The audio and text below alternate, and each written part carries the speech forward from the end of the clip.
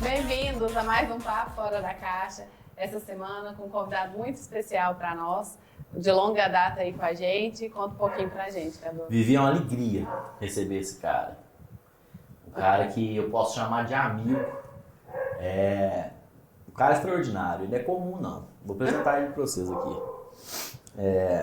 Ele é jovem, músico, administrador por formação, empreendedor por opção. Ele é treinador, decorador de sonhos e escritor. Ele é um visionário nos negócios e é um empreendedor nato.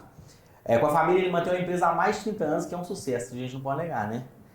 Na música, como as bandas do rock nacional, ele saiu de Brasília, passou por Minas Gerais e tocou no maior palco do mundo, o Rock in Rio. Ele é cristão, esposo da Débora, pai do Rodrigo Filho, já dei a dica aí pra vocês. E ele lançou recentemente esse livro aqui, ó, que eu não ganhei hoje não, viu gente? Faz um tempinho já. Da Garagem ao Rock in Rio. Tô falando dele, meu amigo Rodrigo Mazili. Aê! Que benção, que alegria estar aqui. Demais. Obrigado, Vivi, obrigado, Cadu. Estou aqui à disposição da gente bater um papo, pensar fora da caixa, que isso é importante. E vamos lá. Alegria imensa estar aqui. É isso aí. Bom dia, né? A recíproca é verdadeira para os dois. E é bom dia, né? É bom dia. Eu não sei que horas você está assistindo aí, mas é bom dia. Que o dia inteiro seja bom, né? Não é só a tarde, nem a noite. Então eu dou bom dia de noite, dou bom dia de tarde. Pô, falando, boa tarde. Eu falei, boa tarde para você. Para mim é bom dia. Dia inteiro bom, né? Bom demais. Que bom. Vamos começar contando um pouquinho da sua história, um pouco da sua família. E a gente quer saber um pouquinho sobre essa história do seu pai, né, que ele já foi padre, quase, a história foi quase um padre, e como é que foi essas gestações da sua mãe? Conta pra gente um pouquinho. Vivi, assim, ó, quando eu olho para hoje, né, com um pouco mais de entendimento, mas assim, de todas as histórias que eu passei, mesmo antes de nascer, e ali eu já vi a mão de Deus e o milagre de Deus acontecendo, porque meu pai fez 10 anos de seminário, quando ele ia para o Vaticano para realmente voltar já oficial padre, ele desistiu.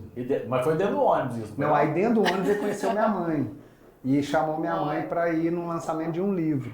Então meu pai não chamou minha mãe para ir num boteco, tomar uma cerveja e sair para um barzinho, né? Chamou ela para ir no lançamento de um livro, né? Mas falou, esse rapaz aí tem potencial, né? Diferente. E nesse momento que meus pais se conhecem no ônibus aleatoriamente, começam a namorar e casam, aí tem a situação que minha mãe teve 5 gravidezes e só teve 2 filhos. Então, teve uma gestação, perdeu, teve a minha irmã, teve uma gestação, perdeu, depois teve uma outra gestação. Então, assim, quase que eu não nasci, porque meu pai era padre. Se meu pai e minha mãe casa com outra pessoa, não ia nascer eu. E a minha mãe de 5 gravidez perde 3 filhos, e eu nasci, eu e minha irmã nascemos. Então, assim, você vê o propósito da vida envolvido nisso tudo.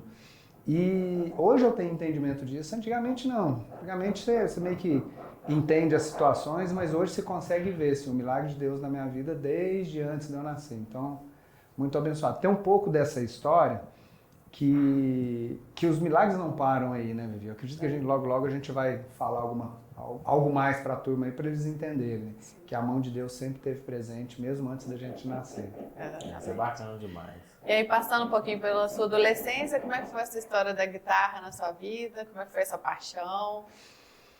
Quando eu nasci em BH, fui logo para Brasília, e de Brasília é muito distante fisicamente, geograficamente, de Muzambique em Lavras, que era a cidade dos meus pais, né? E aí, por Brasília ser muito distante, meu pai queria morar mais perto, porque senão era assim, morava em Brasília 6 meses, nas férias meu pai vinha um dia num chevetinho marrom trazer, porque avião naquela época era muito caro. Dia inteiro. Então era o dia inteiro de viagem, no meio do caminho parada com frango e farofa, clássico. E eu e minha irmã, né, tinha a briga para ver quem fica no meio. Antigamente não usava cinto, né? Então, uma hora é um, outra hora é outra, que a briga de quem vai no meio do carro ali. Mas nessa distância, meus pais queriam vir para mais próximo. E aí meu pai conectou com o Cosmo e veio para criar a MEG, a Associação do Município da Microrregião daqui da região, né? E nessa vinda, Passos, a gente caiu de paraquedas em Passos. Ele não tinha um parente, não tinha um amigo, não tinha uma referente de nada. Nessa época o Cosmo era o prefeito. O Cosmo era o prefeito. E aí a gente caiu aqui em Passos de paraquedas. Assim, a gente foi muito bem recebido. Eu fui, na minha fase ali, tinha uns 6, 7 anos de idade. Eu criei bons, excelentes amigos mesmo naquela época. Um deles é o Gustavo. E o Gustavo, Orlandinho, Zé da Beca, Julinho, família de músico, a guitarra começou a fazer parte da minha vida ali, porque sempre tinha uma música, aí daqui a pouco veio aquela história de Guns N' Roses, Metallica, aí você começou a entender um pouco de música, o universo musical começou a fazer parte da minha vida. Isso na década de 90? Isso começo, final de 80 e início de 90. Então a guitarra começou a vir como uma paixão ali, né? O primeiro contato. A minha irmã tinha um violão com 2 cordas, eu lembro que eu só fazia assim, achava que era o melhor guitarrista do mundo. Eu não sabia tocar, aí sim comecei a envolver, fiz acho que umas 2, 3 aulas de violão só para você aprender os primeiros acordes, mas eu aprendi muito mais com o Gustavo do que com o professor, né? Porque a gente estava muito mais envolvido ali. E aí essa paixão foi crescendo, a gente apresentava no SIC, com guitarra de madeira, né, com cabo de vassoura, né, e fazia em casa o disco de vinil com cabo de vassoura e um prego fazia o prato, o engradado de cerveja virado era o bumbo, a gente brincava ali de música, até que começou a ficar um negócio mais... começou a aprender a tocar, começou a entender um pouco dos acordes, vamos montar uma banda, vamos começar a tocar, e aí as coisas foram crescendo. Mas nessa época surgiu a Mars Band ou foi depois? A Mars Band surgiu, na verdade, o Gustavo é o único remanescente da Mars Band, o único que veio da primeira formação. O Orlandinho entrou depois. Sim. Então, eu entrei na Mars Band quando ela já tinha um pouco de história aqui em Passo, de rodagem aqui em Passo. E eu lembro quando o Orlandinho me chamou para... Assim, às vezes eu dava umas canjas, eu vinha de Belo Horizonte, nessa época eu estava morando em Belo Horizonte, eu vinha, e o Orlandinho falava assim, vamos tocar com a gente, vamos dar uma canja, vamos dar uma canja. Então eu sempre ia, no meio eu entrava, tocava umas 2, 3 músicas, o Gustavo ia no banheiro fazer xixi, aí eu tocava, e aí a partir dali teve um dia que o Orlandinho chamou e falou, mas Ilão, vamos tocar com a gente? Eu falei, vamos, cara, onde que vai ser o show? Ele falou, não tô te chamando pra você tocar no show, tô chamando pra você tocar com a gente, pra você entrar na banda. E ali foi, cara, eu não pensei, eu tô dentro, né? Assim, já era amigo dos caras, já fazia parte do convívio ali no dia a dia. Eu adorava trocar as cordas da guitarra do Gustavo no dia de show, só pra estar ali envolvido e tudo mais. E ali eu entrei de cabeça mesmo. Eu lembro. E fez parte da história. Uma conversa nossa, não hoje. Eu até comentei com ele, você tava. Falando que eu lembro quando eu tinha uns 14 anos. Eu trabalhava, sempre trabalhei. Eu trabalhava no Xerox da faculdade. E eu não esqueço da Marilda, sua mãe, chegar com você pra tirar Xerox. Rodrigo, cabelão desse tamanho, amarelo, ovo. Chegar lá e ela tirando as coisas, a matéria, conferindo assim, eu ficava só olhando e fazendo serviço pra ele. Mas eu não esqueço disso. Isso faz muito tempo. Faz muito tempo. Cara, o cabelo foi algo que veio naturalmente, assim, né? Mas virou uma identidade na época, né? Fez. Tipo assim, eu lembro que o Henrique Portugal do Skank uma vez falou assim, cara, ele usa óculos. A marca registrada dele era o óculos. Uhum. Então tinha o Samuel Rosa, que era o vocalista, o Careca, que era o Baroldo, o baterista, sim. Aí tinha o Lelo que pulava assim, e o outro era o cara do óculos. Então uma vez ele tirou o óculos, parece que ele perdeu a identidade. E o meu cabelo tinha um pouco disso, mas assim, uma vez eu fui pintar o cabelo de azul, numa escola em Belo Horizonte, daquelas no centro, assim, eu lembro que eu paguei R$2 pro cara pintar meu cabelo, imagina o que foi feito no meu cabelo. Ficou bom. Ficou, beleza. Só que pintou de azul e a hora que lavou ficou verde limão, assim. Aí eu cheguei em casa, meu pai assustou e falou assim, é isso mesmo que você quer? Tipo assim, você tá feliz com isso? Eu falei, pai, hoje sim. E eles respeitaram muito, sabe? E aí depois do verde, comecei a descolorir. Ao invés de querer pintar, comecei a descolorir, porque era mais prático, né? E aí foi colorindo, foi crescendo, até virar aquele capacete amarelo. Era o Miojo, Valderrama, Ovelha. No Rock Go da MTV, o Bonfá me chamou de Valderrama. Aí criou, né, o Ovelha, o Valderrama, o Miojão, o Birubiru. Tinha alguns apelidos ali. Mas quando você voltou para Passo, depois você voltou para BH? Ó, eu nasci em BH, fui para Brasília e vim para Passos. De Passos eu mudei para Belo Horizonte de novo, ali com uns... Acho que foi em 94, sei lá. Eu já com uns 12, 13 anos. Eu fui quando eu mudei da 8ª série para o 1º ano. Ali eu mudei para BH com os meus pais. Uns 2, 3 anos depois eu entrei na banda. Então eu continuei morando em BH, vindo direto para Passos. E aí a banda mudou para BH. Então a minha ida para BH foi com os meus pais. Depois de lá nós fomos para São Paulo. E de São Paulo depois a gente voltou para Passos. E hoje em Paulínia. E hoje em Paulínia. E hoje em Paulínia. Mas assim, é bacana a gente falar disso, porque mesmo que você não seja fruto, né? Não nasceu na nossa região, você formou o seu caráter aqui. Sim. Porque, assim, eu falo que eu sou passense de coração. Não tem não como sou se de nascença, desvincular. mas sou de coração. Por quê? Porque a gente foi muito abraçado aqui. A gente tem uma empresa há 38 anos, desde 20 de dezembro de 1986, quando a minha mãe inaugurou a primeira lojinha ali em frente, onde que é o Zareto, hoje não tinha Paparé. Uma lojinha que é, sei lá, do tamanho desse tapete aqui. E vendendo papel de carta e geleinha. Então a história começou ali que minha mãe tem um sonho de ter uma lojinha. Então essa história da loja, de um sonho da minha mãe, cara, tem 38 anos. Sim. Tem funcionário que está lá há 33, 34 anos. Tem funcionário que já formou um filho em medicina, está formando um segundo em medicina. Funcionário que comprou casa própria, carro próprio, moto, formou filho. E isso por causa de um sonho da minha mãe. Então começou tudo isso lá atrás. Então tudo isso que Passos nos proporcionou de nos receber bem, de a gente construir um relacionamento aqui, a gente tem uma obrigação como empresa na sociedade, né? Porque a gente gera imposto, a gente gera emprego, a gente movimenta, a gente sabe disso. Então Passos nos acolheu muito bem. E tem alguns dos melhores amigos da minha vida vieram daqui, moram aqui e ainda vivem aqui. Então tem um carinho muito grande por Passos, assim. Mesmo que não seja na carteira de identidade, né? A cidade de nascimento, mas tá no coração, tá no coração. Não, bom demais. E essa questão igual tá no livro, né? Da garagem pro Rock in Rio. Eu lembro dos clipes de vocês na MTV, a gente ficava assim, vidrado, porque era nosso, né? A gente conhecia, às vezes não conhecia vocês de conversar e tal, mas via vocês, né? Então isso era muito bacana. E depois vocês foram para BH, de BH para São Paulo e ganhou o mundo aí. Como que foi sair daqui e tocar no maior palco do mundo? Cadu, é literalmente da garagem ao Rock in Rio, né? O que é da garagem? Que a banda começava a ensaiar numa garagem. Sim. Era numa garagem que ensaiava, porque era o espaço que tinha para você tirar o carro ali, plugar a tomada, espaço de bateria.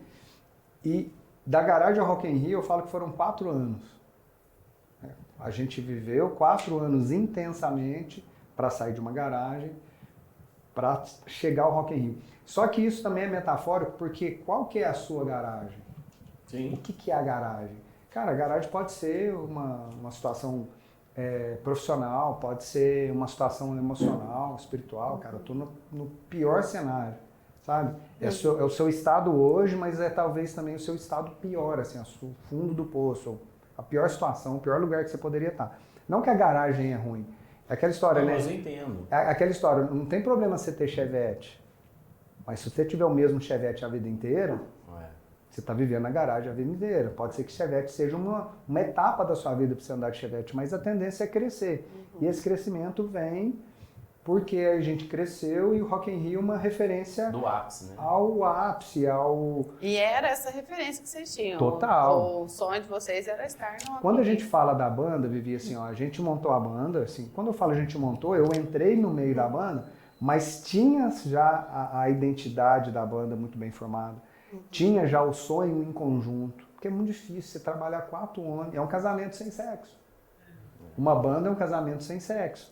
Por quê? Os 4 com o mesmo objetivo, com o mesmo sonho, pagando o preço, acreditando desde o início que a banda ia assinar com uma multinacional, que a gente ia alcançar grandes palcos no país e que a gente ia fazer o que fez. Chegar é uma coisa, continuar é outra, mas o propósito de Deus também é outro. Sim. A gente chegou num momento que a hora que a gente estava assim, ó, tá tudo maravilhoso, a gente começou a ser direcionado para um outro caminho e Deus falando com a gente, mesmo sem a gente entender. Esse caminho não é para vocês. Eu permiti que vocês chegaram até aqui, mas existe algo melhor. E ali começou a não fazer mais sentido estar na música vivendo o que a gente estava vivendo. Tanto é que hoje ninguém mais vive de música e enfim. Eu vejo que é mais um dos milagres que a gente comentou, né? Sim. Eu acredito que se a gente tivesse estourado, ficado famoso, rico, estourado como uma dessas bandas aí, eu não sei se a gente teria estrutura para estar vivo hoje.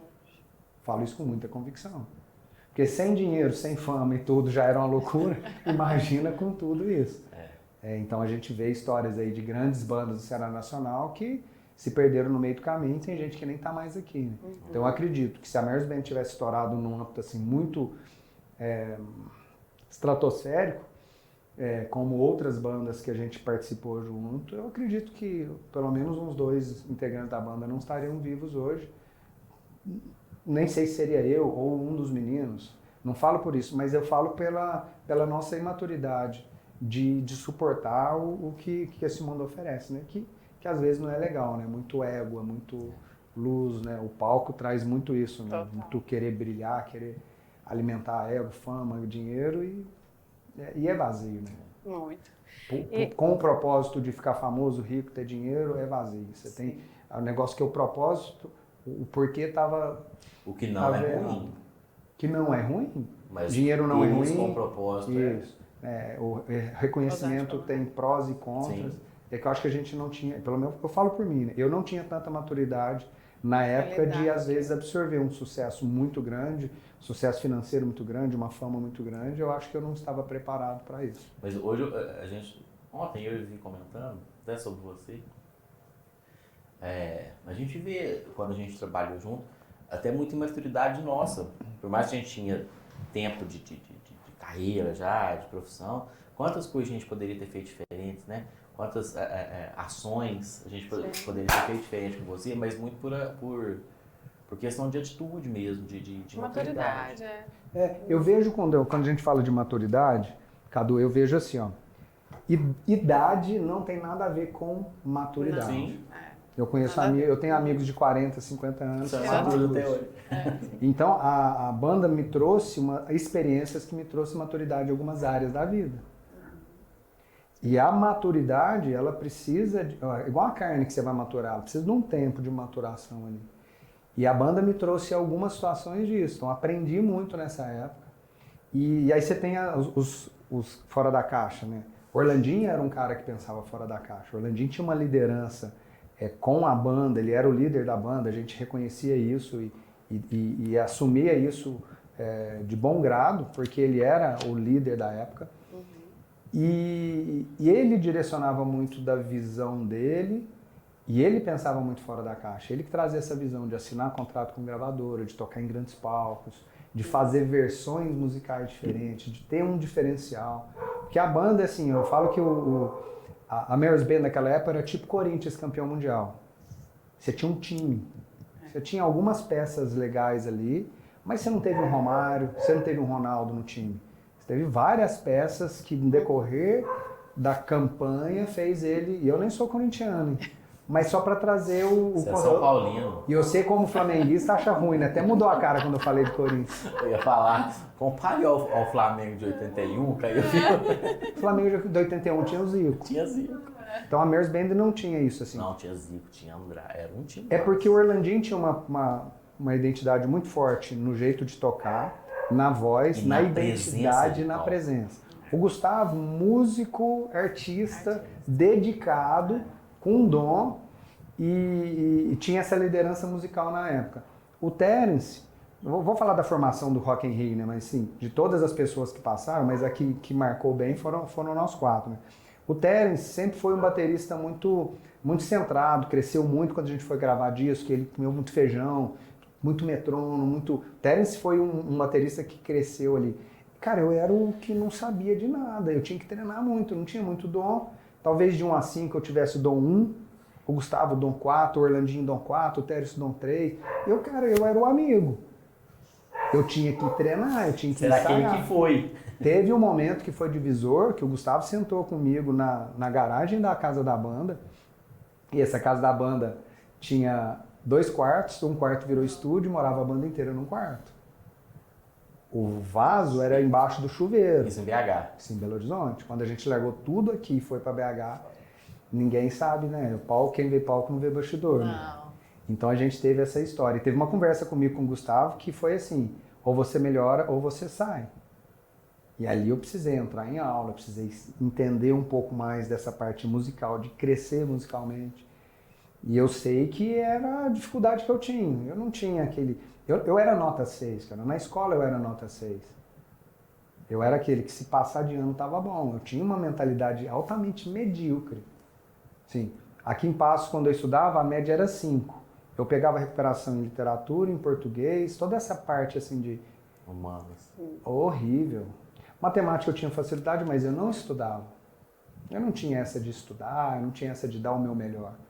Só que aquele momento foi um momento que, ó, você precisa de estudar, então você vai estar fora. Bem claro, assim. E, pô, um amigo sentar com outro amigo de vida e precisar ter uma conversa dessa, mostrava muito a maturidade, porque isso precisa ter. Essas conversas precisam ter na nossa vida. Ali foi um momento que eu comecei a dedicar muito mais e fazer um pouco da minha parte para exatamente não deixar as oportunidades passarem. Mas, Rodrigo, antes da gente chamar os comerciais, eu sei que teve uma banda que te esperou, né, Vivi? Sim. E foi um dos maiores shows que eu já fui na minha vida. Bom. Se não o maior show. De quem que eu tô falando, Viviane? Green Day. Eles te esperaram pra tocar? Como é que foi essa Cara, história? Green Day foi o seguinte, a banda já estava morando em Belo Horizonte em 98. Já tinha o quê? Uns 7, 8 meses que a gente estava lá. A gente já tinha tocado com o Capital Inicial a primeira vez, eu e o Orlandinho fomos buscar o Dinho no aeroporto, a gente começou um contato ali, até que numa dessas, assim, eu acredito, Cadu e Vivi, boa parte de todos os negócios estão atrelados à network. Sim. Total. Então, assim, quando eu olho as histórias, network, o dono da boate, o dono de não sei o quê, o cara da banda, como eu entrei na banda foi através de network, relacionamento. E numa dessas saídas nossas, conhecemos o cara que estava trazendo o Green Day, que era o Guilherme da Rock News. Aí quando veio alguém, falou assim, aquele cara ali tá trazendo o Green Day pro Brasil. A gente falou assim, aquele cara que é o que tá trazendo o Green Day, já foi lá direto nele. Falou, cara, prazer, nós somos a Mary's Band, uma banda de Passo, tá morando aqui em Belo Horizonte. E nós vamos tocar. E o que precisa pra gente tocar no Green Day? Ele, galera, precisa da aprovação da banda. Aí a gente, no outro dia, escreveu uma carta em português, traduziu ela em inglês. Um primo do Orlandinho traduziu, que a gente não sabia falar nem português, imagina inglês. Um amigo, um primo do Orlandinho traduziu, a gente juntou o material ali, levou na mão dele e falou, cara, tá aqui, manda pro Green Day. 3 dias depois a gente recebe um fax autorizando a Mary's Band a abrir o show do Green Day, porque o Green Day estava aprovando a nossa abertura. E aí, isso foi muito em cima do show, cara. Foda. Não, assim, eu acho que o punk rock sempre teve presente não só no lado musical, mas no lado da atitude. O make yourself, né? o punk tem um pouco dessa característica. Make yourself, faça você mesmo. É uma contracultura do hip, né? O punk é meio que oposto, é contracultura mesmo, mas o make yourself sempre teve presente. E aí, na semana do Green Day, a gente teve mídia, revista, entrevista, no dia do show, Cadu. 5 horas da manhã acordamos, televisão, rádio, não sei o quê. Então a gente dividiu a equipe. Uma equipe foi com a banda, entrevista, rádio, TV, isso aqui. A outra equipe era a parte da produção. A gente tinha, Cadu, de 3 às 6 horas da tarde para passar o som, que o show ia começar às 7 e o Green Day ia entrar às 8. Então já estava tudo pronto. E a gente fazendo as mídias, a gente ia passar o som depois, porque entre 3 e 6, você fica aqui esperando. Na hora que liberar o palco, vocês entram.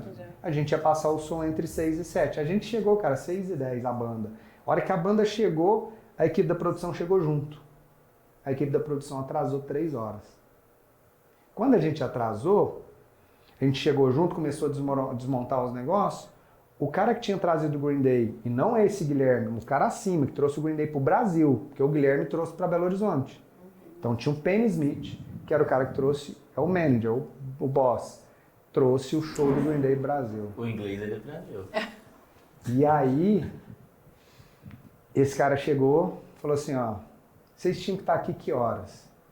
A gente, de 3 às 6. Quantas horas são? 6h15. Vocês não vão tocar. O avião já saiu. Ele falou exatamente isso. O avião já saiu. Você não consegue pegar o avião depois que ele sai. Aí, tipo assim, cara, a ficha não caiu na hora. A gente, cara, não, beleza, então, mas vamos lá. Ele falou, não, o avião já saiu. Vocês não vão tocar.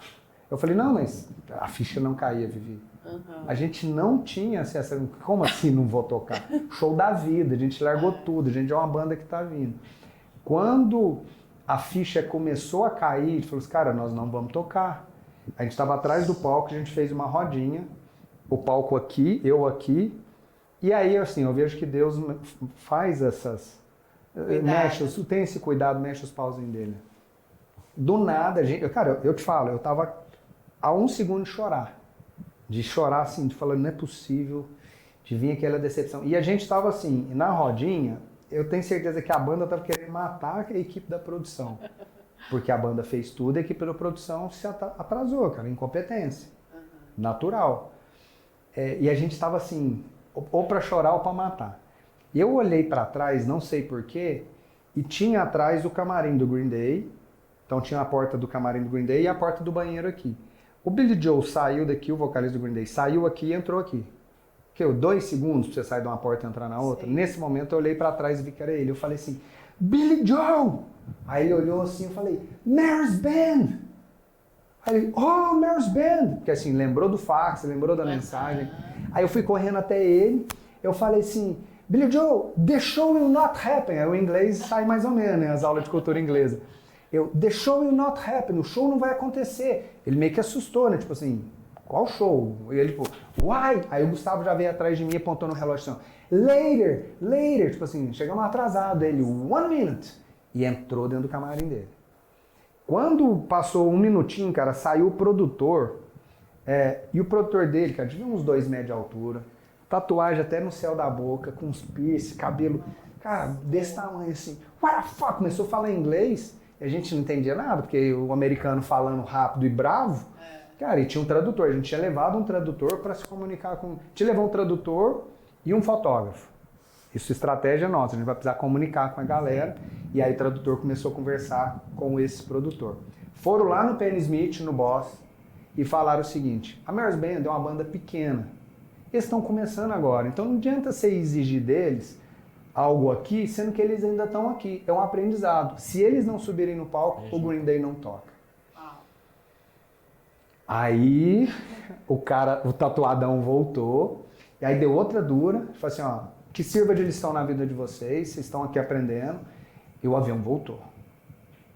O avião voltou para buscar vocês, eu nunca vi isso, mas o avião voltou. Vocês têm 5 minutos para ligar os instrumentos lá, mas vocês não vão nem ligar, vocês vão tocar as escuras, e sim, vai pro show, que só assim vocês já estão ganhando. Para quem não ia tocar, sim, vocês já vão tocar, mesmo que seja sem som, já tá bom, né? Para quem não tem nada, a metade é o dobro. Cara, esse foi... ali foi muito mágico. Porque a partir dali subimos no palco, 3, 2, 1, nisso já tava chegando próximo das 7 horas de começar o show. Cara, vamos passar o som, aí acho que eu vejo... Passou tocando. Não, assim, a Mayor's Band, ela tinha algumas situações assim de muito profissionalismo. Mesmo a gente estando aqui, em alguns momentos a gente pensava aqui. Em outros não. Mas assim, qualidade de som era algo que a gente sempre precavia. E a gente levou um técnico de som sensacional de uma banda grande para fazer um show grande. Então a gente foi buscar instrumentos que a gente não tinha. A equipe de produção atrasou porque a gente não tinha instrumento. A gente pedia emprestado instrumento para tocar no show grande. Por isso que eles atrasaram.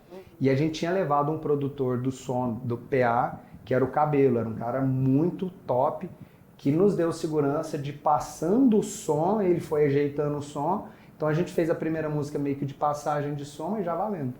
Show de bola. E história, né? Isso aí, depois disso, virou história. Aí subi no palco, 40 minutos de show, e aí... A partir dali, patamar mudou, um ápice né? de emoção.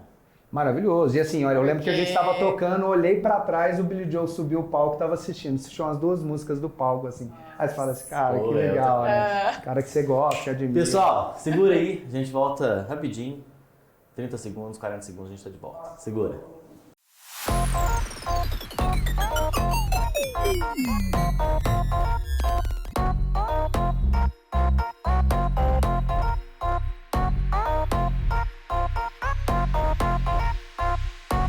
Three, two, one, go!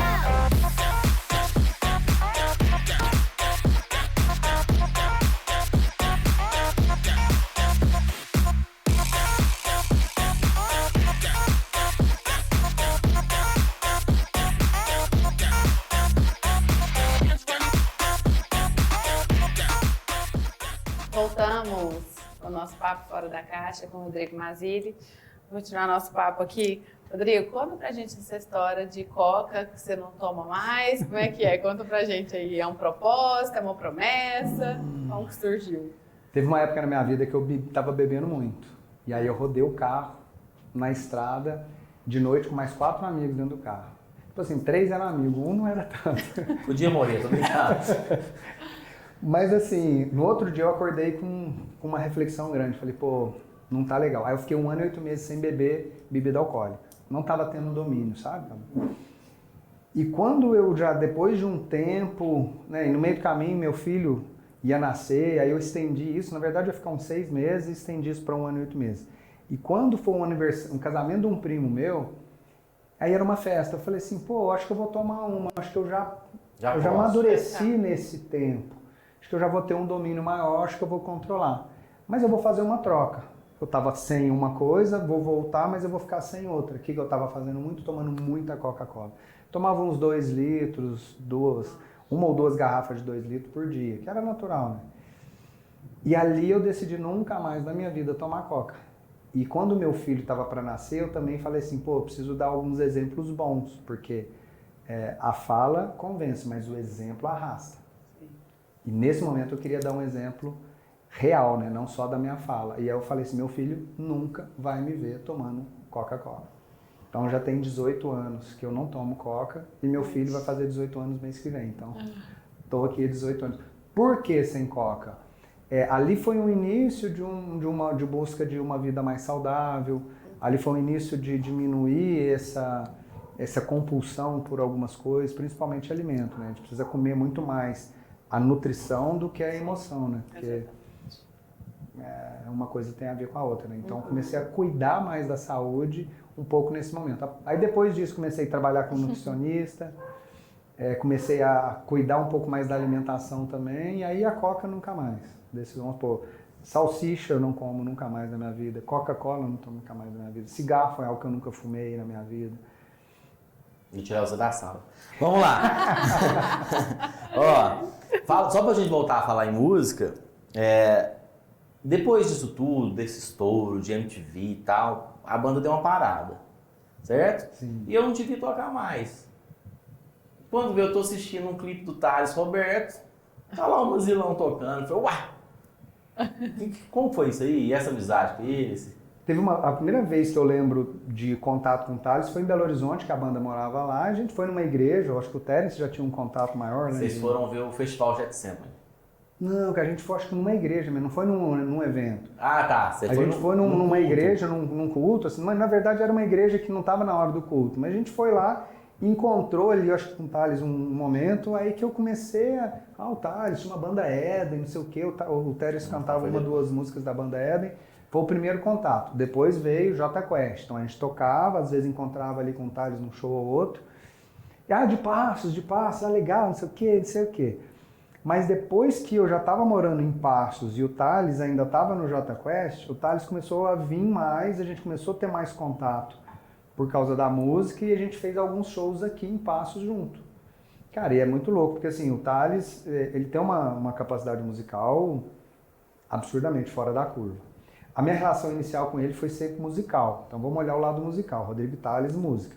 Depois que veio o DVD, que eu já toquei com o Thales na linha cristã e tudo mais. Mas esse contato com o Thales, assim, o Thales músico top, tinha acesso a músicos tops. E quando ele tocou aqui uma vez que ele trouxe os músicos do Rapa, os metais do Jota Quest, o baixista do Armandinho, cara, só os músicos pica da galáxia. Ele falou assim, o guitarrista vai ser você. Eu falei, tá, essa cadeira tá manca, meu filho. Você tá jogando no jogo sem goleiro, vai dar errado. E assim, a gente tocou sem ensaio, cara. Aqueles desafios, né? Músico bom não precisa ensaiar. Só encontrar e fazer ali um feijão com arroz já é caviar para quem tá numa condição tranquila. Agora, ali começou um relacionamento com o Thales. Se você pegar aquele primeiro disco, o primeiro CD do Thales, o Na Casa do Pai, tem 2 riffs lá que eu criei com o Thales nessas músicas que a gente tocava no universo paralelo, secular. Que era uma música do Kid Abelha e uma música da Blitz, que eram os riffzinhos. Que é Arde Outra Vez. Uma outra música que começa em sol lá, mas enfim. Daqueles ensaios que eu tocava com o Thales ali, ele levou isso pra dentro da música gospel. Isso foi na época do Efeito Preto, não? Eu acho que foi depois, né? Foi depois disso. Quando ele lançou Na Casa do Pai, foi um pouquinho antes ele lançou Na Casa do Pai. E ali na Casa do Pai, ele já estava dentro do mundo gospel, já voltando, né? Porque ele era da igreja, mundo secular, caiu e voltou para a igreja. E nessa volta para a igreja, Na Casa do Pai explodiu. E quando explodiu, o Thales viajava muito, a gente morava no mesmo condomínio, encontrei com ele um dia e falou, cara, vou gravar um DVD e quero que você participe. Foi o ID, né? Foi o ID, São Paulo, aí combinamos, ele me passou a música e a música tinha muito a ver com o processo que eu já estava iniciando, eu estava num processo ali de mudança de rota, né? O homem velho morreu e nasceu o homem novo, essa era a música. Mas foi nessa época então que Jesus mudou sua vida? Cara, Jesus mudou minha vida por completo, muito nesse homem velho morreu, nasceu o homem novo. Mas ali ainda era... Processo. Eu estava num processo de... Teve um momento que eu quase me matei na minha vida. Que aquele momento, quando aquilo aconteceu, foi o fundo do poço. E eu comecei a cuidar do Rodrigo. Quem é o Rodrigo? Quem é Deus? Por que eu estava com aquele vazio no coração? Por que eu tinha quase me matado com mais 4 pessoas dentro do carro? Ali eu comecei a cuidar um pouco. Foi ali que eu comecei a cuidar da saúde, fazer alimentação saudável, praticar atividade física. Aí depois eu comecei a acordar mais cedo, comecei a mudar hábitos, né? Mude seus hábitos, os seus hábitos te mudam. E a partir dali comecei a acordar cedo, comecei a ler livro, comecei a praticar atividade física de manhã, aquele negócio de buscar um Rodrigo melhor. Nessa busca por leitura eu ganhei uma Bíblia do Orlandinho do Estevão e comecei a ler a Bíblia mesmo sem entender. E nesse ler a Bíblia comecei a conviver com algumas pessoas que eram cristãs. Esse para mim foi a melhor situação que aconteceu, porque eu fui direcionado para o caminho certo. Porque as pessoas que eram cristãs entendidas da palavra, entendidas de Deus. E ali eu fui muito direcionado e aí ele foi um caminho.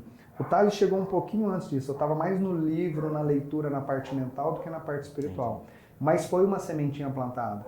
Eu fui num evento gospel a primeira vez, foi quando eu toquei com o Thales. A gente estava no Olímpia, onde era um palco secular, era uma igreja. Aí depois a gente, não sei se era Bola de Neve, não lembro onde que foi gravado. Mas eu tinha tocado naquele mesmo lugar, com o Jota Quest, com a Mers Band em São Paulo. E, sei lá, 8 anos depois eu estava tocando no mesmo lugar, no evento gospel. Eu lembro que no intervalo eu falei assim, cara, eu já toquei, beleza. Será que eu consigo comprar uma cervejinha aqui para tomar? E eu tinha nem noção, achando que dentro de uma igreja, de um evento gospel, eu ia ter cerveja para vender. Então assim, eu estava imaturo ainda nessa parte, mas ainda começando um processo de crescimento nesse lado espiritual. Legal, a primeira vez que eu fui no Olímpia, eu fui no show do Oficina G3. Oficina G3. Já era gospel. Já era gospel. Então, esse foi o momento que eu aproximei mais do Thales. E ali o Thales também deslanchou, e depois teve todo o processo de carreira dele aí. Inclusive encontrei com a Dani antes de ontem, entreguei um livro para ele, com dedicatória, porque eu sei que algumas pessoas plantaram sementinhas na minha vida, e a gente precisa reconhecer e honrar isso, mesmo que seja indiretamente ou seja diretamente. Foi uma sementinha que o Thales plantou, então tem história aí com ele antes, mas também tem história ali durante o encontro com Jesus, né, que é o final do livro fala um pouco disso. Tô chegando lá. Tá chegando lá, né? Tô chegando lá. E você acha que essa mentoria que você promove hoje tem um pouco a ver com isso?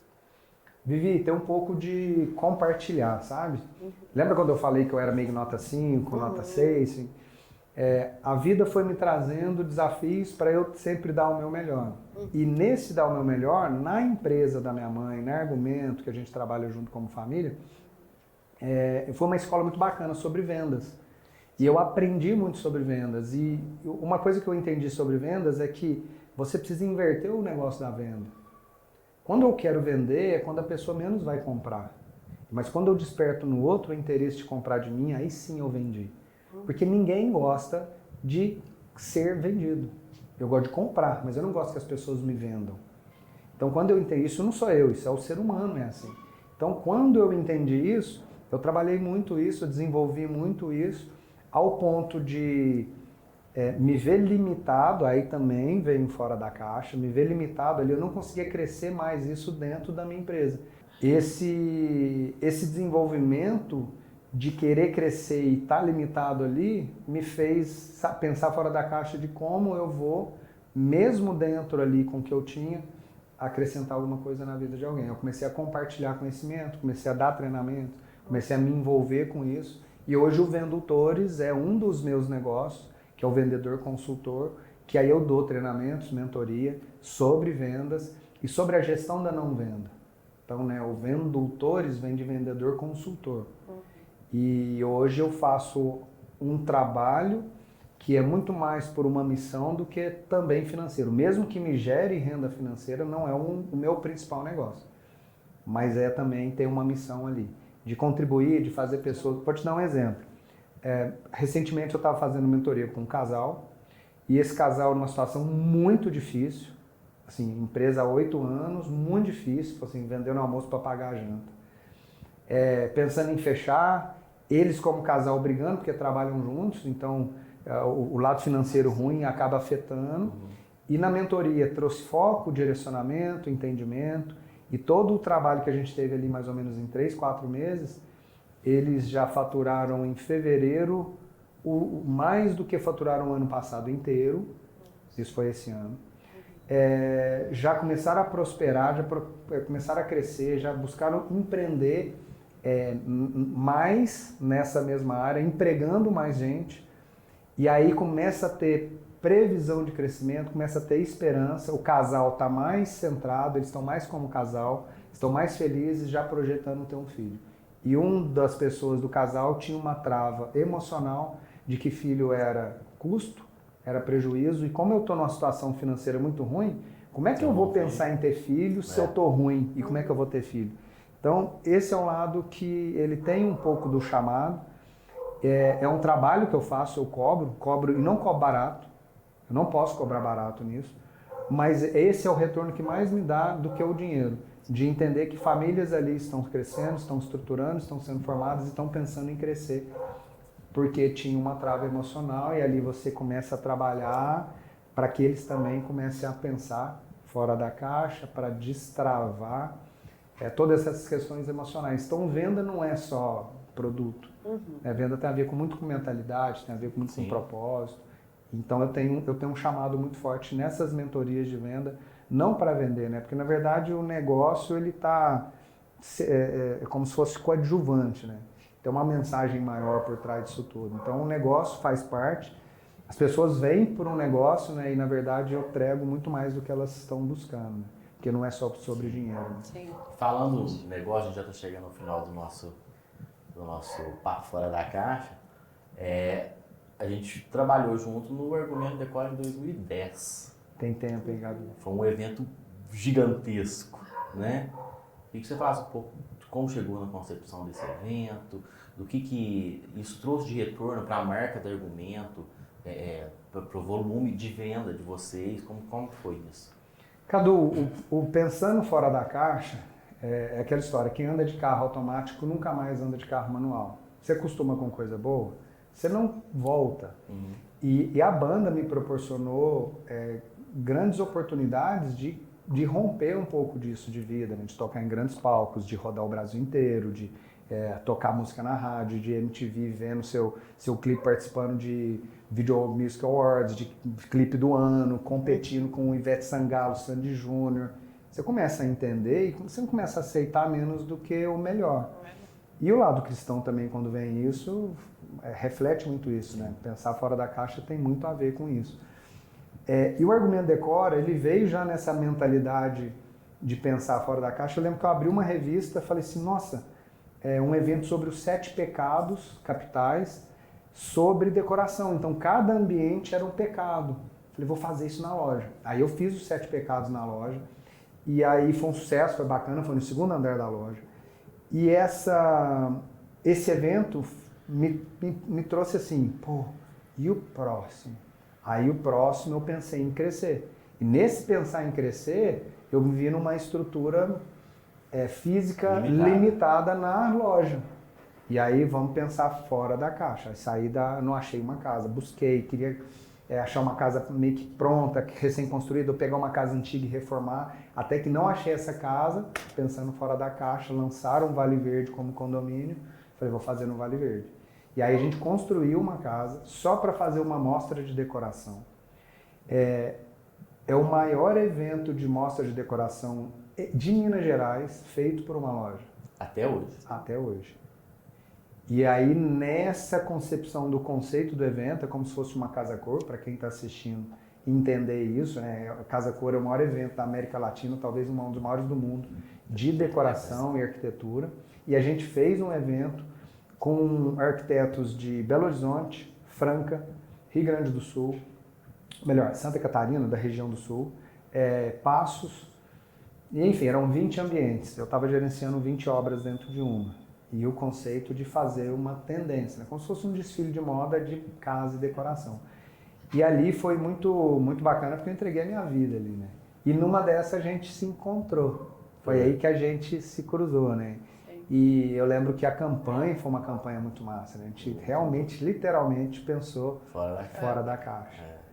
E esse evento foi esse divisor. O elefante nos acompanha até hoje. O elefante nos acompanha até Virou hoje. referência até hoje, a gente escuta falar daquela campanha. Até hoje. E assim, respondendo a sua pergunta de o que isso trouxe para Argumento, ali foi um divisor de águas da marca Argumento. A gente fez uma associação da Argumento com uma outra associação muito grande, que foi um maior evento de mostra de decoração do estado de Minas Gerais. E isso, Cadu, financeiramente a loja vai crescendo, né? Eu falo assim, um campeão de um grande slam no tênis, ele é feito de 7 a 7, game a game, ponto a ponto, bola a bola. E jogo a jogo, né? Então, para você ganhar algo muito grande, é uma somatória de várias coisinhas, né? Então, o evento nos trouxe muita visibilidade e associação de marca e argumento com coisa boa. Então, a gente se posicionou como uma empresa que entende que é referência em móveis e decoração. E ali foi um divisor de água, porque não tem como voltar a dirigir carro manual depois que você anda no carro automático. Né? Quantos anos de argumento? 38. Uau. 38 anos de empresa. Eu lembro que a gente fez o selo de 25. A gente fez o selo de 25. Tinha um Cristina, assim. E é legal, Cadu, quando você fala assim, né? Isso é legal falar. Quando a minha mãe abriu a loja, foi dia 20 de dezembro de 86, e a Liv, minha mãe, tipo assim, queria brincar de loja. Ela já estava com os filhos mais crescidos, falou assim, vou brincar de loja. E comprou tudo, estava tudo pago, assim, inaugurar, 20 de dezembro é quase Natal. Sim. E aí fez uma divulgação, postagem, na verdade era postagem no Facebook, no jornal, época. não, era jornal, era só Folha da Manhã. Não. Folha da Manhã, não sei o quê, César Tadeu, Marco Piassi.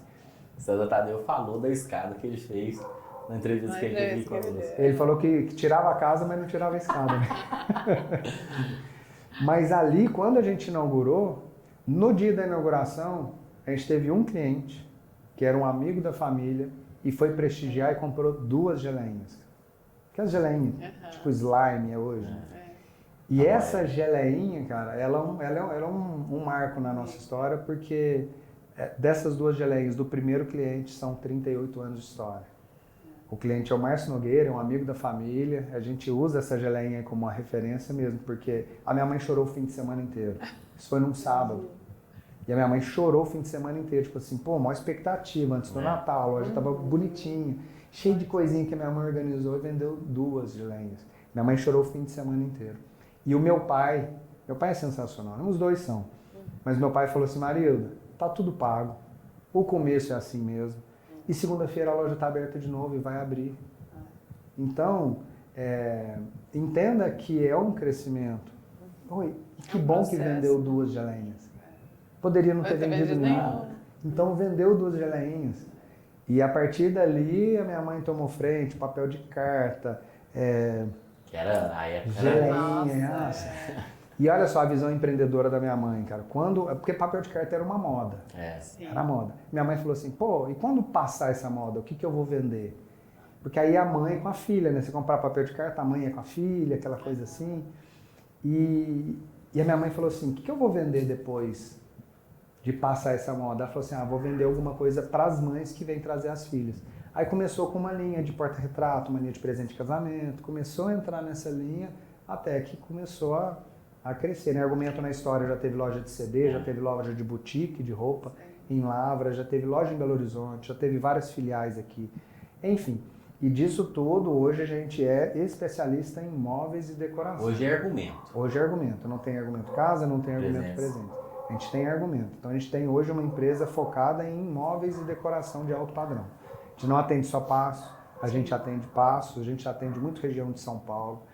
Semana que vem a gente vai estar em Alphaville, num dos condomínios mais tops, trabalhando numa casa ali de valores absurdos, não pelo valor, mas de clientes de Alphaville, que é um dos lugares mais requisitados do Brasil, escolher argumento para decorar a casa dela inteira. Então hoje a gente está nesse meio de conseguir atingir e atender o público bem exigente. Bem mais sofisticado. Bem exigente. Não é que é sofisticado pelo valor, é porque eles são exigentes. E essa exigência faz crescer, né? Nos faz crescer e a loja tem essa característica, né? De é uma cultura a qualidade de que já tem. A gente já resolveu que a gente não vai ser mais nota 5, né? No mínimo nota 10. Rodrigo, prazer te receber. Ô, Cadu, obrigado. Que papo mais gostoso. É bom saber das suas histórias. Eu já conheci um pouco, né? Mas, cara, um prazer violento. A gente queria muito te receber, que você sabe disso. A gente teve que remarcar algumas vezes por N acontecimentos. Mas, cara, muito obrigado. A gente sai desse programa hoje. Muita gratidão pela tua presença, né, Vivi? Sim, com certeza. Pela sua parceria conosco.